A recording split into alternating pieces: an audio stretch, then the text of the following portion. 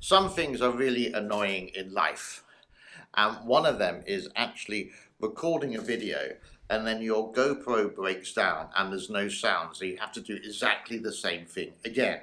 And I've just recorded 20 minutes of video. That's 20 minutes of my life just disappeared into thin air. Alright, so take two. Welcome to the entertainment business. My name is James. Today we're talking about the history of Taiwan. Is it independent? Is it a country? Does it belong to the CCP? And my answer to that is no. If you go to Taiwan and you ask anyone there who is born, bred, lives there, they would say, I would say the high percentage would say that their country is independent. They have their own passport, their own money, their own government, their own military. They make their own decisions. But it all goes back to the history. Now, before the Chinese invaded, and even before the Dutch colonized it hundreds of years ago, 600 years ago, Taiwan was an independent country. Taiwan was an independent country. Before that, they were Taiwanese or Formosan or whatever you'd like to call it. Then in the Qing dynasty, for about 200 years, China did invade and control the country. After that, the Japanese came, and until 1945, it was under Japanese control. Then there was the Civil War in China. Then 1949, the ROC, the Republic of China, fled to Taiwan, and the Taiwanese welcomed them. So welcome to here, yeah. And China, mainland China, became the People's Republic of China. Does that give the People's Republic of China the right to say that Taiwan is their own country because they controlled it for 200 years? Look at the United Kingdom as an example. They controlled India for a long time, but then in the late 1940s, India was independent, granted. Now, did India ever change its name? The answer is no. Australia is another example. I could possibly even say that the United States is another example. For some unknown reason, maybe one of the best navies in the world, the United Kingdom did control a vast percentage. Maybe you could say the glory days. I'm not too sure if that's the right expression.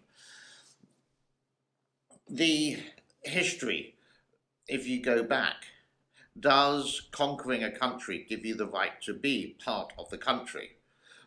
Taiwan, before all the malarkey started, was Taiwan, or whatever the name was, possibly Formosa. It was only when the Chinese invaded and conquered and then ruled it for 200 years as part of Fujian province. Then the Japanese came and controlled it as part of Japan. So then they had the Civil War, the People's Republic of China, the Maoists, versus the ROC, the controlling party or the party at the time, after Japan near enough left, or the end of World War II, so to speak. That's a different story, near enough entirely. But the ROC lost and they went to Taiwan and they were welcomed with open arms and set up basically with the local Taiwanese people their own kind of system, granting sort of independence because Taiwan was always Taiwan. There was no actual treaty signed that China owns Taiwan. They just invaded and conquered it. I don't think there's any paperwork with it. You can go to Taipei, you can go and meet a Taiwanese person whose great-great-great-great-grandfather was Taiwanese, originally from, and their family has always been Taiwanese, so they wouldn't even call themselves Chinese, they would just call themselves Taiwanese. When the end of the Civil War ended in 1949, in October the 1st, Mao declared the People's Republic of China, China. But they went back into history and said, oh, yeah, well, 200 years we controlled it. Does that give them the right that Taiwan is part of China? The answer is no. If you go to mainland China, and it's a topic you should never talk about in China with the Chinese, and saying, is Taiwan independent? They would say, no, it's part of China. This is sort of the rewritten history books in China, you could say. In 1066, in England, France invaded England, but England always remained English, even though France controlled it or the king controlled it for various years, and no foreign country has invaded the UK afterwards, but it still has its own government. It doesn't have the French government. Just because in 1066 France invaded England doesn't give them the right to say it's our country at all. And again, is there any paperwork? Is there any paperwork saying that Taiwan is part of China? And I could guess that the answer for this would be no. What are your points of view? What do you think about the whole situation? I have always said that China does not own Taiwan because of this one fact. Even though in 1971, basically Nixon met Mao and said there's only one China. That's political. You could say, do many countries say that Taiwan is its own country? Well, the United States actually says no. The Olympic Committee say no, but there are some countries that do say yes and will use it. Then they say the country of Taiwan in their bulletin points. It really makes the CCP actually quite mad. I wish the whole problem would be settled.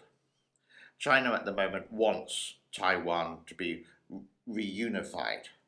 So the Republic of China with that. But the Taiwanese people, why would they want to be reunified? Because they've never been unified with the mainland China. They've always had their own independent country related to history, the same as the United Kingdom, or England, you could say, so to speak. It is food for thought.